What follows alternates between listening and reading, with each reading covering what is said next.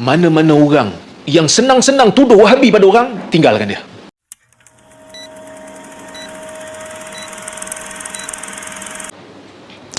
Kalau kita lihat dengan semua penjelasan yang telah pun kita bincang, telah pun kita kupaskan doktor tadi kan, pada pandangan doktor, apakah cara atau pendekatan untuk kita hentikan tersebarnya amalan-amalan kurafat ini di meja-meja kuliah masjid? Kan? Sepatutnya masjid ini tuan-tuan perlu menjadi tempat untuk orang mendapat ilmu yang betul.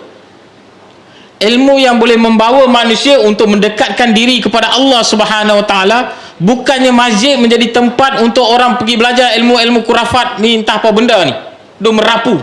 Masjid, apabila kita pergi ke masjid, sepatutnya otak kita berkembang menjadi jauh lebih bijak, lebih pandai dan sebagainya. Namun disebabkan perkara-perkara begini, pembawakan certain ustaz-ustaz ini, orang pergi masjid makin lama bukan jadi lagi pandai, makin lama jadi lagi bodoh.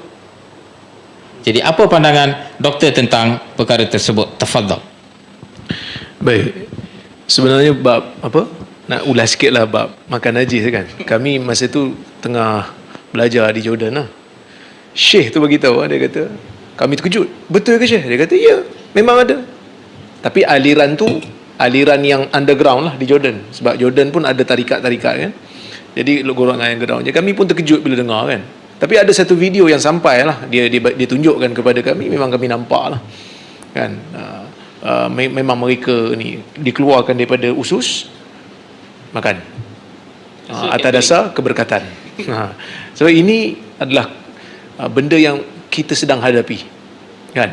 Baik, bila tanya kepada saya macam mana nak buat dalam isu ini, pertamanya kita kena kembali kepada basic lah, iaitu kita kena tanam dalam jiwa umat, besarkan nas, agungkan nas, bukan agungkan guru. Guru hanyalah penjelas, guru hanyalah bagi tahu maksud, tetapi guru itu tidak sama nilainya dengan nas. Ta'zimun nas inilah yang paling penting sekali, iaitu kita mengagungkan nas. Apa itu nas? Al-Quran dan Sunnah. Jadi bila kita agungkan kedua sumber ini, maka barulah kita boleh lepaskan ketaksuban kepada golongan-golongan yang tertentu. Sebab tu saya bila tengok dialog antara Ustaz Nodros dengan ARG, kalau tak silap saya, berkenaan dengan Ibn Arabi, kalam-kalam yang jelas juga mereka cuba untuk uzurkan, dan bukan sekali. Tapi kalam saya yang tak jelas, mereka jadikan seolah-olah jelas. Bila saya kata, bila mereka tuduh saya mengatakan Allah berjisim, tak jelas. Saya mengatakan saya terima ayat-ayat sifat seperti mana yang disebutkan dalam Al-Quran tanpa membagaimanakan Allah dengan makhluk. Seperti mana kita percaya Allah Ta'ala itu maha hidup tanpa berjisim, begitulah kita kena percaya sifat-sifat Allah yang lain tanpa menyamakannya dengan makhluk. Itu maksud saya. Tapi dia orang tuduh saya mengatakan Allah itu berjisim. Sebab mungkin saya tak pakai serban lah, dan mungkin saya bukan daripada aliran itu. Kalam saya yang tak jelas dijadikan seolah-olah jelas untuk mengkafirkan saya. Tetapi kalam-kalam yang jelas yang datang daripada puak mereka cuba takwil, seolah-olah macam ia tidak ada masalah, sedangkan kita sebenarnya sedang menuju ke arah merosakkan pandangan umat dalam mengagungkan nas Quran dan Sunnah. Cuba bayangkan macam mana satu orang yang boleh jelas-jelas menyalahi sunnah Nabi SAW, kita boleh kata dia ni adalah singa, itulah singa, inilah singa menawan keluarga bahagia. Jelas-jelas lawan Quran dan Sunnah. Mana perasaan kita bila Nabi SAW, kalaulah kata dia ada di depan kita, kita nak kata, ya Rasulullah, tak apalah, saya tak perlukan hadis ni, saya perlukan guru lebih daripada saya perlukan hadis ni. Yang jelas-jelas guru ni bercanggah dengan apa yang disebut oleh Nabi SAW. Jadi nak mewujudkan ta'zimun nusus dalam jiwa orang beriman, tak ada cara lain, dakwah, islah. Sebab itu Nabi SAW sentiasa menyebutkan, la tazalu ta'ifatum min ummati zahirina alal haq. Akan ada setiap zaman, akan sentiasa ada satu golongan kecil daripada kalangan umatku yang berdiri, yang zahir di atas kebenaran. Orang yang membantahi mereka, orang yang bantah mereka, sekali-kali tidak akan memberikan mudarat kepada mereka. Mereka akan terus. Jadi kita kena terus bercakap. Kita terus berdakwah. Walaupun ada orang yang akan kata kita cari gaduh. Tak, kita bukan cari gaduh. Kita nak cari kebenaran. Kalau awak tak mau cari kebenaran, sila ke tepi. Kerana kebenaran itu sangat-sangat bernilai pada saya. Tapi kalau kita pakat diam, semua pakat diam, yang nak bercakap muka-muka ni lah, maka kebenaran tidak akan terzahir. Cuba bayangkan kalau 100 orang ustaz-ustaz yang glamour daripada kalangan ustaz-ustaz yang selalu masuk media bercakap tentang isu ni, bantah, masyarakat akan kata, oh, betul lah ramai ustaz bercakap. Tapi kenapa ustaz-ustaz ni tak mau bercakap? Kerana mungkin ada kepentingan. Dok mesej saya, teruskan Syekh, ana sokong daripada belakang. Kita tak mau macam tu lah. Kita mau entah pun ke depan sekali je. Kerana ini isu agama. Kita tak ada kepentingan apa. Saya tak ada kepentingan. Bahkan saya menghadapi cabaran juga. Saya menghadapi tekanan juga. Nak ceramah kat sini tak boleh, kat sana tak boleh.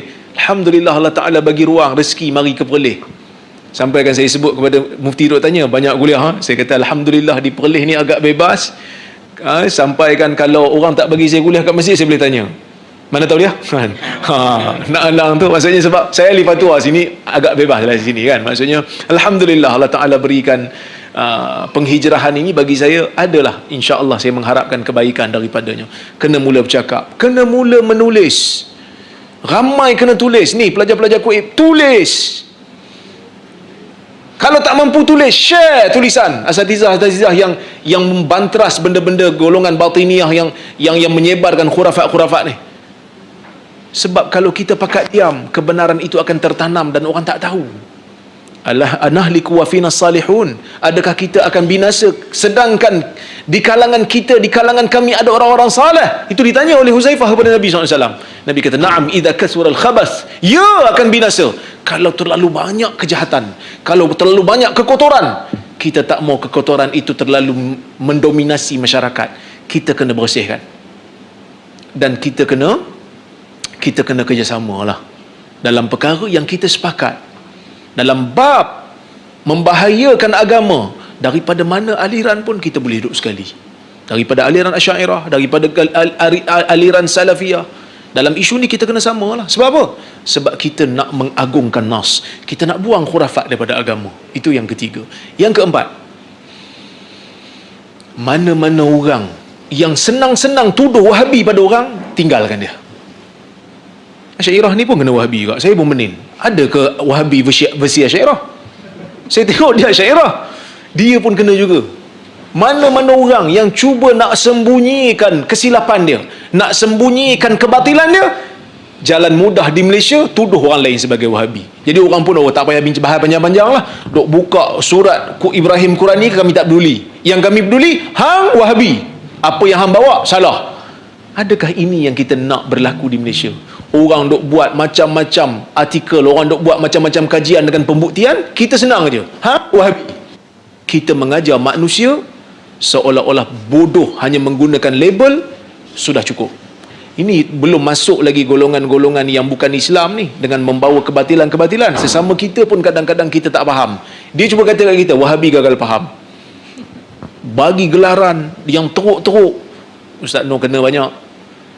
Saya pun kena banyak. Kan? Orang duk panggil Zerora, Tora. Kan? Macam-macam gelaran buruk yang dibagi. Tapi bila tanya, saya golongan Sufi. Saya golongan tarikat. Akhlak. Akhlak di mana ni? Kan? Dengan menjerit-jerit panggil Wahabi. Allah. Saya pun heran. Babi pun kau nak sebut Allah juga. Ini syatam. Ini apa ni orang kata, yasub, menghina, perkataan yang kotor. Jangan diangkat nama Allah pada tempat-tempat yang kotor, kerana nama Allah tidak layak untuk disebutkan di tempat-tempat yang kotor. Masuk toilet pun tak digalakkan sebut nama Allah. Tiba-tiba orang mencarut, orang menghina, orang mencaci, kita seru nama Allah. Ini adalah satu kebodohan yang sepatutnya kita ubah. Dan kalau ada kuasa, kita kena kuasa lah.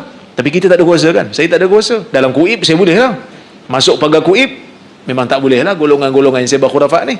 Tapi di luar daripada tu kita tak ada kuasa. Kita hanya boleh bercakap, man ra'a minkum munkaran falyughayyirhu biyadihi fa illam yastati' fa bi lisanihi fa illam yastati' fa bi qalbihi wa dhalika adhaful iman. Kita kena guna lidah kita. Gunakan media sosial tangan kita untuk menulis, untuk menyebut. sekecil-kecil sumbangan benci dengan jiwa. Tak boleh pun nak tulis post Ustaz, orang bukan nak baca. Reply komen-komen dekat page saya tu.